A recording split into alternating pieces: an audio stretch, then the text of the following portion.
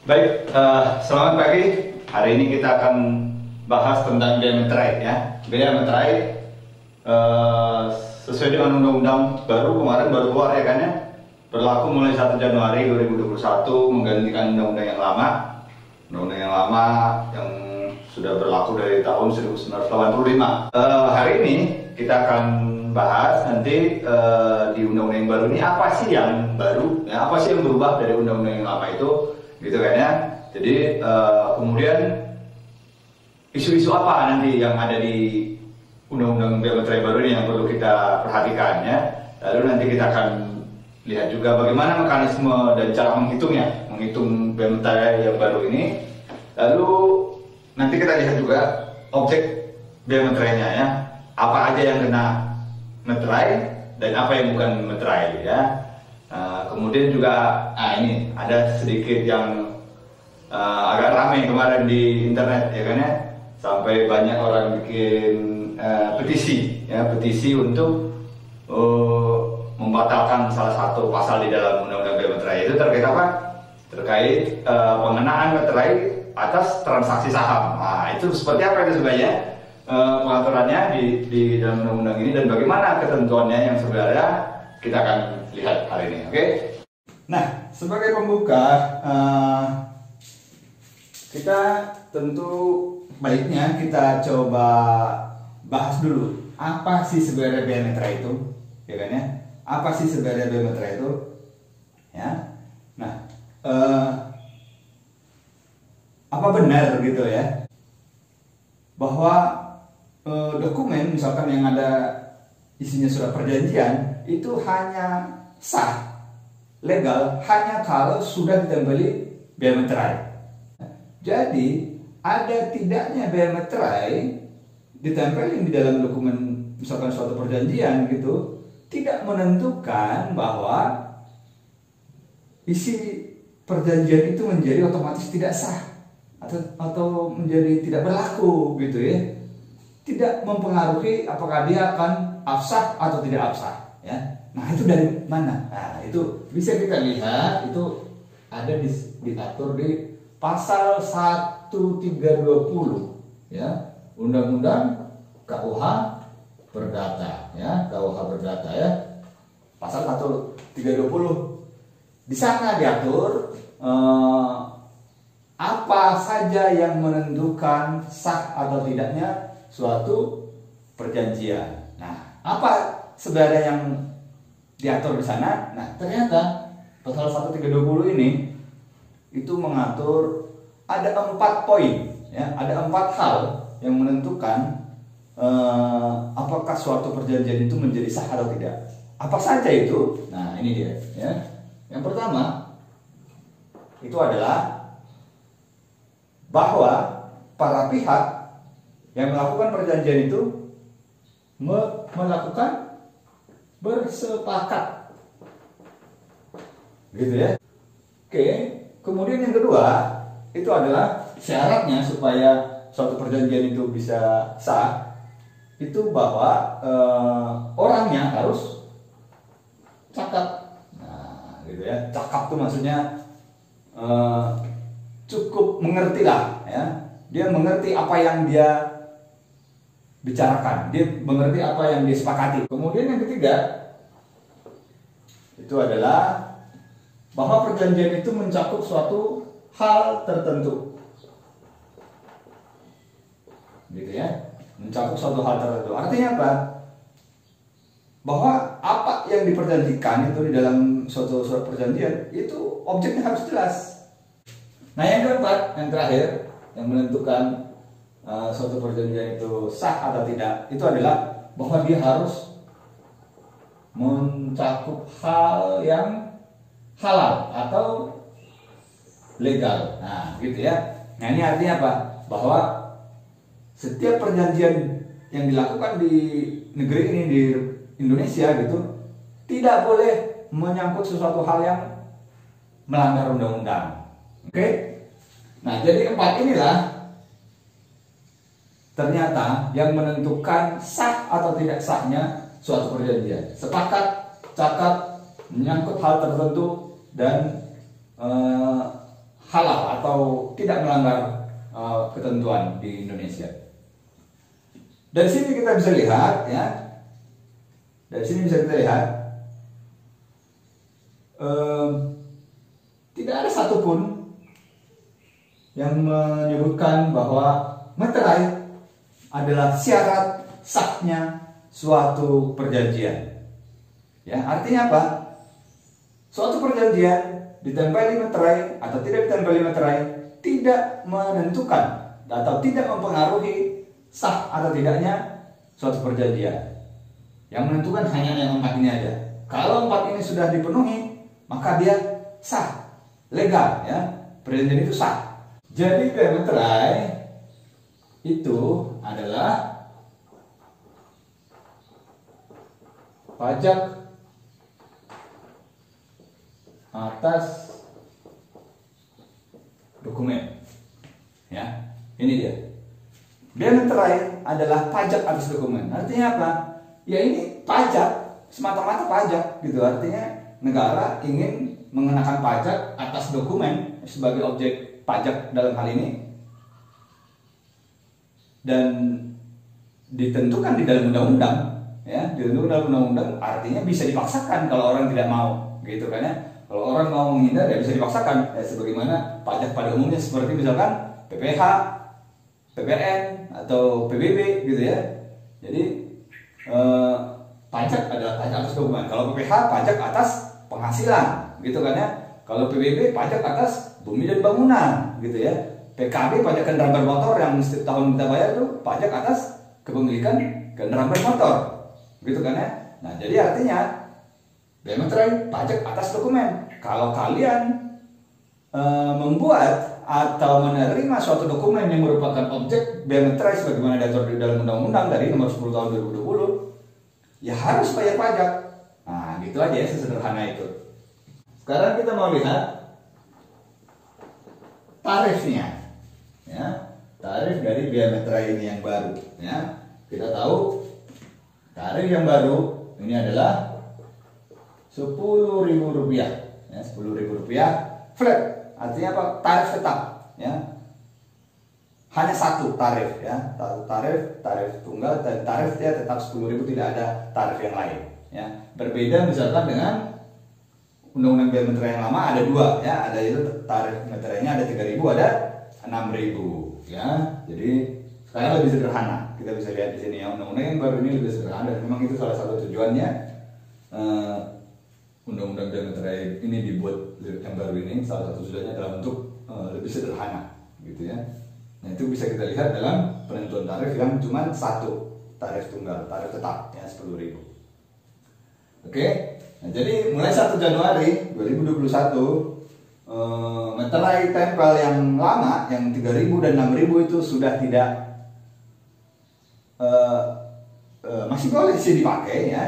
Nah, ini undang-undang biaya meterai yang baru ini berlaku 1 Januari 2021. Tetapi kalau kalian masih punya meterai tempel yang lama yang 3.000 dan 6.000 itu masih boleh dipakai sampai nanti 31 Desember 2021 ya, sampai akhir tahun.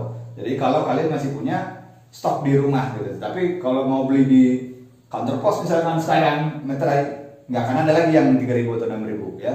Kalian nggak bisa lagi beli meterai baru yang 3.000 atau 6.000. Pasti yang dikasihnya yang meterai yang tarif baru yang 10.000 ya. Nah, jadi bagaimana kalau saya masih punya stok meterai lama di rumah 3.000 dan 6.000? Ya jangan khawatir ya, itu masih bisa kalian pakai di dalam dokumen yang menjadi objek biaya meterai. Caranya bagaimana? Caranya adalah dengan kalian tempeli tarifnya kan yang sekarang kan berlaku 1 Januari 2021 kan 10.000. Nah kalau kalian punya 3.000 atau yang 6.000, nah caranya bagaimana?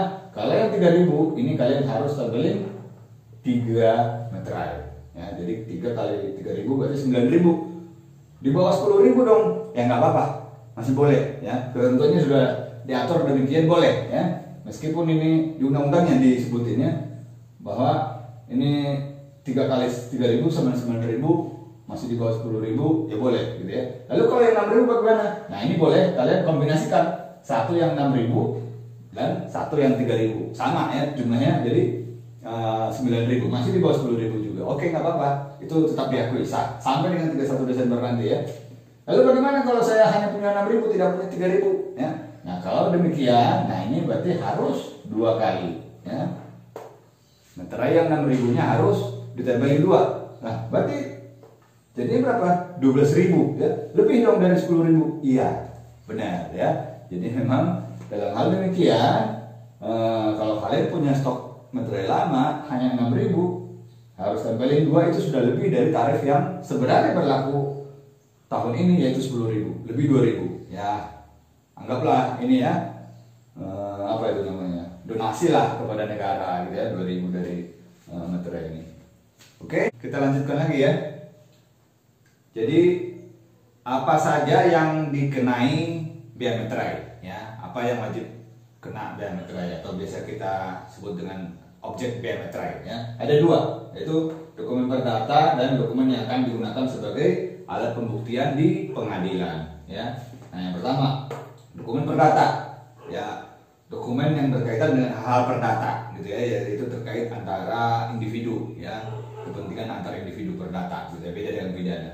Nah, apa aja itu yang dimaksud dengan dokumen perdata itu ya, di Undang-Undang Biaya Meterai itu dirincikan antara lain ini ya. Yang pertama itu ada surat perjanjian ya. Surat perjanjian ini ya termasuk juga surat keterangan, surat pernyataan ya, surat kuasa ya, itu atau yang hal-hal yang sejenis dengan itulah ya. Jadi kalau kalian mau bikin perjanjian, di atas bikin satu surat perjanjian, jangan lupa itu adalah objek meterai, harus kena meterai gitu kan ya. Lalu berikutnya adalah akta notaris ya. Akta notaris juga ini adalah merupakan dokumen perdata yang merupakan objek meterai, harus dikenai meterai. Akta PPAT, pejabat pembuat akta tanah ya, ini kalau kalian khusus untuk jual beli tanah, nanti dibuat aktanya supaya lebih kuat gitu ya. Boleh pakai surat perjanjian saja untuk jual beli tanah, boleh ya, tapi lebih kuat kalau pakai notaris. Dan dalam hal ini kalau jual beli tanah bangunan itu PPAT namanya ya, notaris sebagai PPAT, sebagai pejabat pembuat akta tanah ya. Jadi dia lebih kuat karena dia ada saksi-saksinya dan sudah sesuai dengan prosedur hukum yang berlaku gitu. Nah, lalu berikutnya adalah surat berharga. Nah, surat berharga ini yang ramai nih ya. Oke, jadi surat berharga itu ada macam-macam ya. Di penjelasan Undang-Undang Biaya Meterai disebutkan yang dimaksud dengan surat berharga itu antara lain adalah saham, obligasi, cek, bilet giro, deposito, dan lain-lain lagi. Ada macam-macam ya. Nanti kalian boleh lihat di Undang-Undang Biaya Meterai penjelasannya sendiri kalau mau tahu apa aja ini contohnya ya. Antara lain ini yang dimaksud sebagai surat berharga di penjelasan Undang-Undang Biaya Meterai. Nah, saya tertarik nih sebenarnya untuk melihat benar nggak ini yang dicantumkan di dalam penjelasan Undang-Undang Biaya Meterai itu sebagai surat berharga. Benar nggak itu adalah surat berharga? Terutama apa? Terutama yang ini, bilet giro dan deposito. Ya, bilet giro dan deposito. Nah, sekarang coba kita lihat cek dengan bilet giro. Apa bedanya cek dengan bilet giro? Ya, nah kalau cek itu adalah surat perintah dari nasabah suatu bank yang punya rekening di suatu bank gitu kepada banknya itu untuk mencairkan dananya kepada siapapun yang memegang cek itu ya. Makanya ini biasa disebut dengan atas unjuk ya. Tidak ada namanya dicantumkan di dalam dokumen ceknya itu ya. Jadi siapa aja yang pegang boleh mencairkan uang yang tercantum di dalam cek itu kepada bank dan akan dibayarkan secara tunai gitu kan ya. Jadi ini sama dengan uang, cek itu sama dengan uang, makanya ini cocok sebagai surat berharga gitu ya. Nah, sekarang kita lihat bilet giro. Bilet giro, kalau tadi cek ini adalah atas unjuk, nah bilet giro ini adalah biasanya dia atas nama ya. Jadi apa? Atas nama. Di dalam bilet giro itu tercantum namanya, baik orang pribadi atau perusahaan gitu. Mohon supaya dicairkan dana sejumlah sekian kepada nama si ini gitu ya. Jadi jelas disebutkan. Dan tidak boleh dicairkan langsung dalam bentuk uang tunai dibayarkan, tetapi bagaimana? Harusnya di PBK ya, dilakukan PBK, pemindah bukuan dari rekening si pemilik yang mengeluarkan bilet giro, nanti oleh bank akan di PBK kepada rekening sesuai kehendak orang yang tercantum atas nama di dalam bilet giro itu Ya, jadi secara substansi kalau di sini kita lihat bilet giro ini adalah surat perintah mencairkan dana dari nasabah kepada bank, gitu ya. Jadi ya bukan surat berharga, gitu ya. Dan setelah saya cek juga ternyata ya, saya cek di internet, ada peraturan Bank Indonesia menyatakan bilet giro itu bukan surat berharga.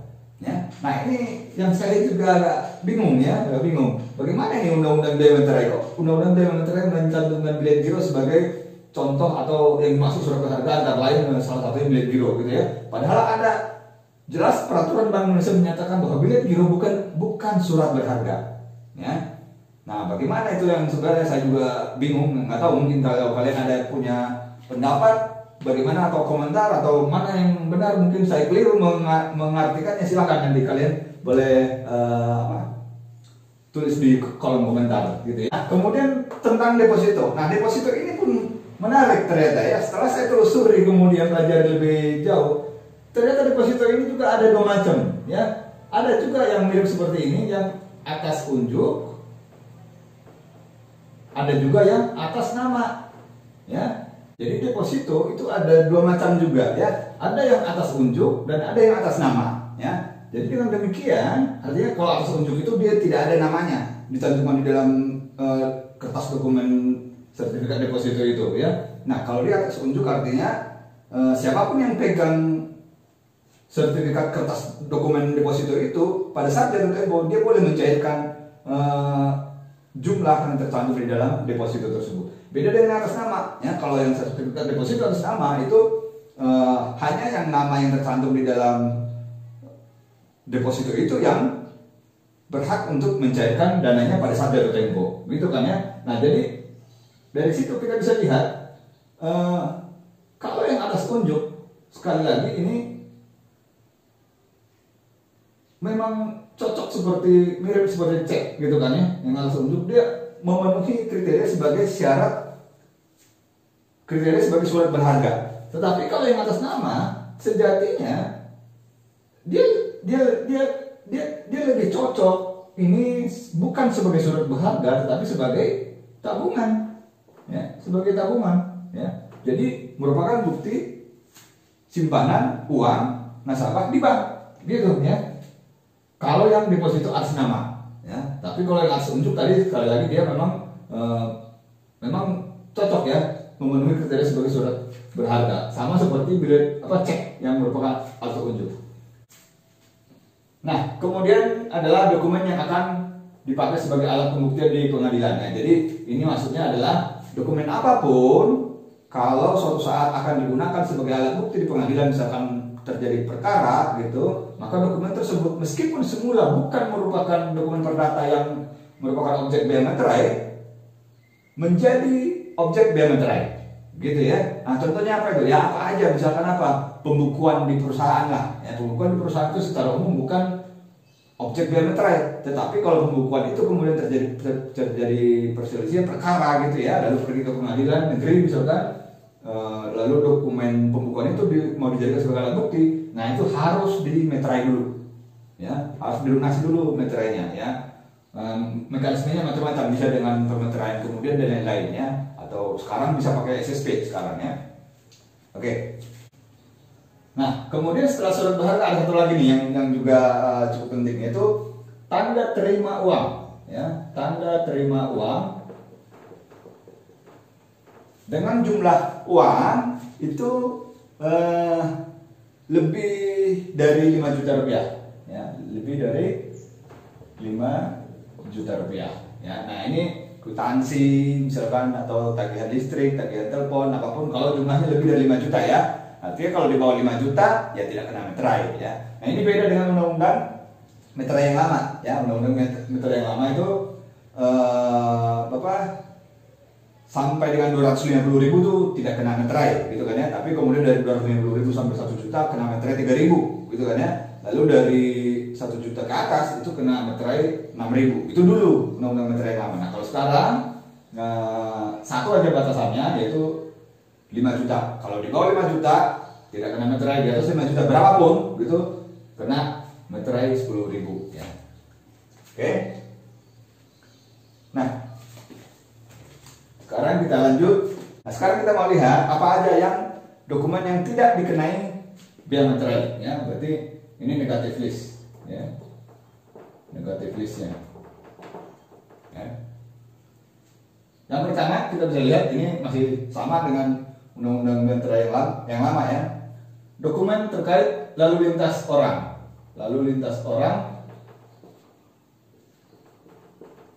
dan barang. Ya. Kemudian ijazah, ya, ijazah termasuk sertifikat tanda lulus, gitu ya, atau sertifikat dari apa, training, kursus dan lain-lain, gitu ya. Kemudian tanda terima gaji, ya. Nah khusus ini tanda terima gaji ini sebenarnya adalah kwitansi yang menyatakan jumlah uang tertentu kan ya.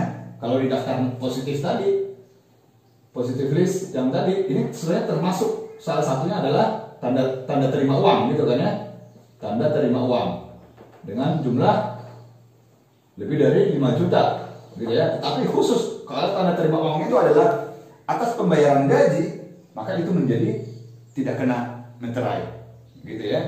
Jadi gaji ini termasuk tentu honor, upah atau uang tunggu, pensiun, apapun lah yang terkait dengan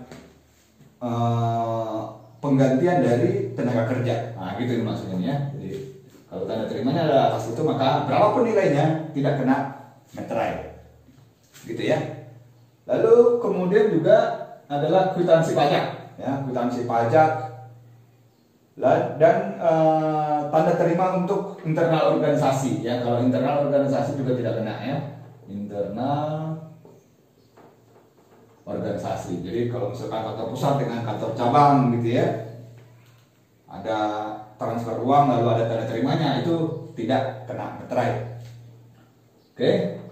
Berikutnya adalah, nah ini dokumen yang menyebutkan simpanan uang, ya. Dokumen menyebutkan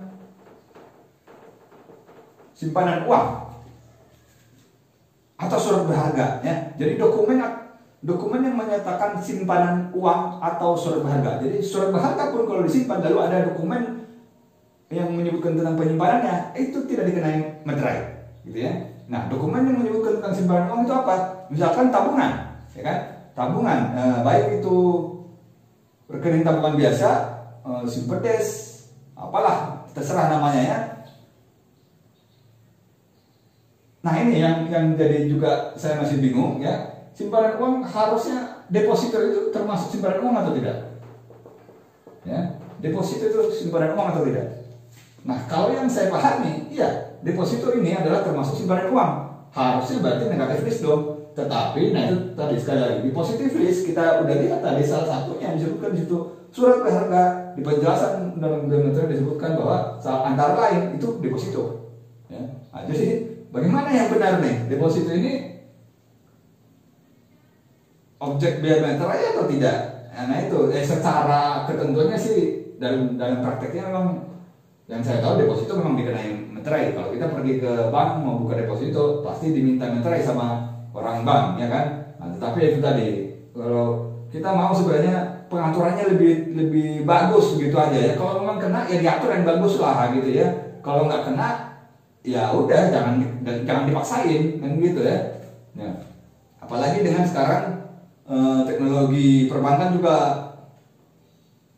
semakin maju ya, kita udah bisa bikin buka deposito nggak perlu lagi ini sertifikatnya, tapi cukup dari internet banking atau dari mobile banking gitu kan ya. Nah kalau pengalaman saya buka deposito dari mobile banking atau dari internet banking itu kita tidak diminta lagi meterai ya, tidak diminta lagi meterai.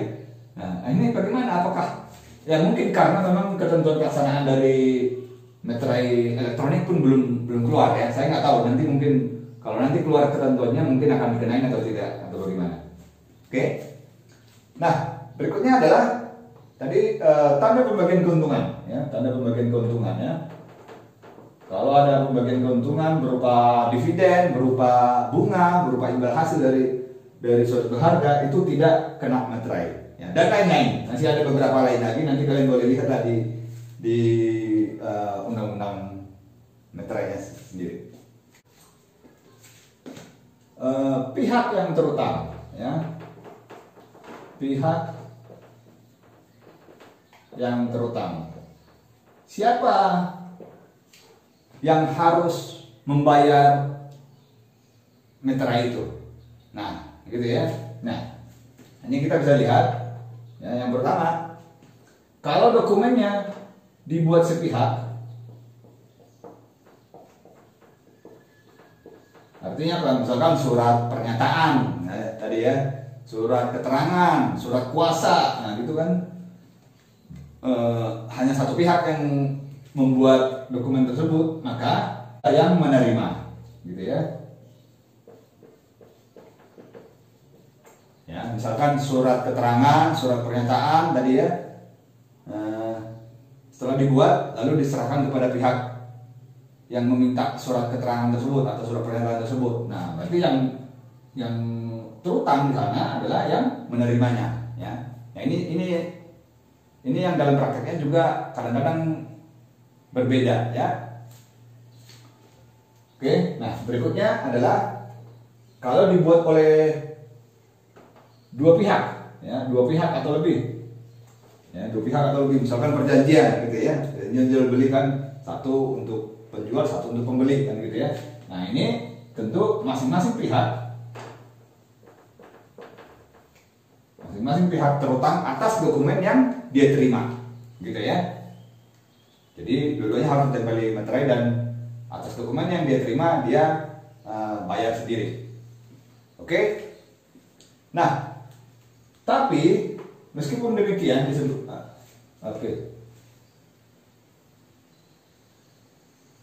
tapi meskipun demikian disebutkan, ya, tidak menghalangi bahwa kalau para pihak ini nanti bersepakat untuk menentukan siapa yang terutang, ya, seperti ini tadi yang dokumen yang dibuat sepihak tadi disebutkan bahwa yang terutang adalah pihak yang menerima, tetapi kalau pihak yang menerima ini bersepakat dengan pihak yang menyerahkan, bahwa yang terutang bukan yang menerima tetapi yang menyerahkan, itu boleh aja, ya, begitu ya disebut. Tapi secara default bahwa pihak yang terutang itu adalah yang menerima. Sekarang kita mau lihat jenis pembayaran biaya meterai. Nah, jenis pembayaran biaya meterai juga ada beberapa macam. Yang pertama adalah meterai tempel. Ya, meterai tempel itu seperti yang kita paling familiar, ya. Ada yang 3.000, 6.000 dulu, ya. Sekarang hanya ada satu 10.000, ya. Tinggal ditempelkan aja di dokumen-dokumen yang merupakan objek meterai dan ditandatangani udah. Kemudian meterai elektronik. Ya, meterai elektronik ini yang merupakan salah satu sasaran dari pembuatan undang-undang yang baru ini, yaitu ingin mengenakan meterai kepada dokumen-dokumen elektronik. Ya, misalnya apa? Misalnya ya transaksi saham tadi, ya, transaksi saham sekarang kan secara elektronik, ya kan, nggak perlu lagi kita dapat cetakan bukti sahamnya, gitu ya, tapi secara elektronik aja di rumah kita pakai komputer, gitu, kita bisa jual beli saham, ya. Paling kita dikasih trade confirmation itu pun berupa email, ya, berupa email kirim trade confirmationnya, bukti kita melakukan transaksi jual beli. Nah, itu yang mau disasar untuk dikenakan meterai oleh undang-undang baru ini. Tapi ya sekali lagi belum keluar ketentuan pelaksanaannya. Ya, termasuk juga yang lain mungkin yang mau disasar adalah transaksi elektronik lainnya, misalkan fintech, ya, fintech, ya, pinjaman online atau transaksi di e-commerce itu juga kemungkinan akan dikenakan, ya. Tapi nanti tunggu ketentuan pelaksanaannya keluar. Lalu yang bentuk lain, ya, bentuk lain ini ada macam-macam juga, dari mulai mesin tera itu yang diceklak-ceklak gitu ke dokumennya, masukin terus diceklak gitu. Kalian boleh cek deh di Google, gitu ya, seperti apa bentuk mesin tera meterai gitu, ya. Itu sekarang bentuknya pakai digital. Kalau dulu zaman saya masih itu manual, ya. Ada segelnya harus dibongkar secara manual. Sekarang udah digital semua. Lalu sistem komputerisasi, ya, sistem komputerisasi itu pakai komputer biar nanti dikenain meterainya. Lalu sistem teknologi percetakan. Nah, sistem teknologi percetakan ini yang dipakai dalam mengenakan meterai pada cek atau giro. Ya, jadi kalau kalian lihat di cek atau giro itu selalu di sana sudah tercantum meterainya. Ya, nah itu sekaligus dicetak bersama dengan dokumen cek atau giro itu dicetak. Nah, itu namanya teknologi percetakan, ya. Dan yang terakhir itu adalah dengan menggunakan SSP, ya, yaitu surat setoran pajak. Nah, ini yang baru di undang-undang baru ini juga muncul, ya. Sebelumnya di undang-undang lama belum ada membayar materai pakai SSP. Nah, sekarang dapat menggunakan SSP. Nah, yang terakhir adalah ketentuan tentang daluarsa, ya. Daluarsa artinya apa? Bahwa kewajiban terutang materai ini menjadi daluarsa atau tidak berlaku lagi kalau setelah jangka waktu 5 tahun sejak saat terutang. Gitu ya. Jadi kalau sudah kalian membuat dokumen yang harusnya terutang biaya materai gitu, tetapi sudah lebih dari 5 tahun yang lalu gitu, nah itu tidak perlu lagi dikenai materai. Kenapa? Karena dia sudah daluarsa, tidak perlu lagi dibayar, ya. Kecuali nanti misalkan dokumen tersebut mau kalian pakai untuk jadi alat bukti di pengadilan. Nah, dalam hal demikian nanti jadi terutang materai lagi. Oke? Oh iya, satu lagi itu adalah bahwa undang-undang materai ini juga mengatur tentang fasilitas pembebasan, ya. Fasilitas pembebasan artinya bahwa dalam hal tertentu dapat dibebaskan biaya materainya. Misalkan apa? Pengalihan hak atas tanah dan bangunan dalam rangka penanganan bencana alam, gitu ya. Bisa juga pengalihan hak atas bangunan dalam rangka untuk kepentingan keagamaan atau sosial yang tidak bersifat komersil, gitu ya. Itu dapat dibebaskan materainya. Dan lain-lain juga nanti bisa lihat lebih detail di undang-undangnya, ya, yang dibebaskan. Antara lain kemungkinan juga ini masih wacana juga, ya, bahwa yang tadi yang transaksi elektronik khususnya misalkan saham, ada wacana juga itu minta untuk supaya dibebaskan nanti materainya. Nah, kita lihatlah nanti bagaimana pengaturannya lebih lanjut, ya. Apakah benar nanti itu harusnya kan terutang, ya, harusnya kena materai, tapi banyak pro kontra di masyarakat. Jadi kita nggak tahu orang nanti akan dapat fasilitas pembebasan atau mungkin tarifnya yang dikurangi, karena tarif juga dimungkinkan untuk diturunkan, tetapi memang lebih sulit, ya, karena harus berdasar persetujuan DPR dan seterusnya berdasarkan PP, gitu ya. Oke, baik, itu aja mungkin yang bisa kita bahas hari ini tentang biaya materai, ya, khususnya terkait undang-undang biaya materai yang baru keluar ini. Mudah-mudahan bermanfaat, ya, buat kalian. Kalau mau tahu lebih detail, sekali lagi baca, ya. Saya tidak jelaskan di sini secara lebih detail, kalian bisa baca di undang-undangnya apa-apa aja yang saya jelaskan tadi secara lebih detail. Dan beberapa hal yang mungkin tadi ada yang kontroversial, pro kontra, itu saya juga belum firm, ya, belum begitu firm tentang mana yang benar, ya. Jadi artinya bisa jadi saya juga keliru, ya. Jadi kalau menurut kalian ada yang keliru dari penjelasan saya tadi, silakan kalian boleh komentar, nanti kita lihat, kita belajar sama-sama, gitu ya, bagaimana yang sebenarnya. Oke, baik, terima kasih, selamat siang.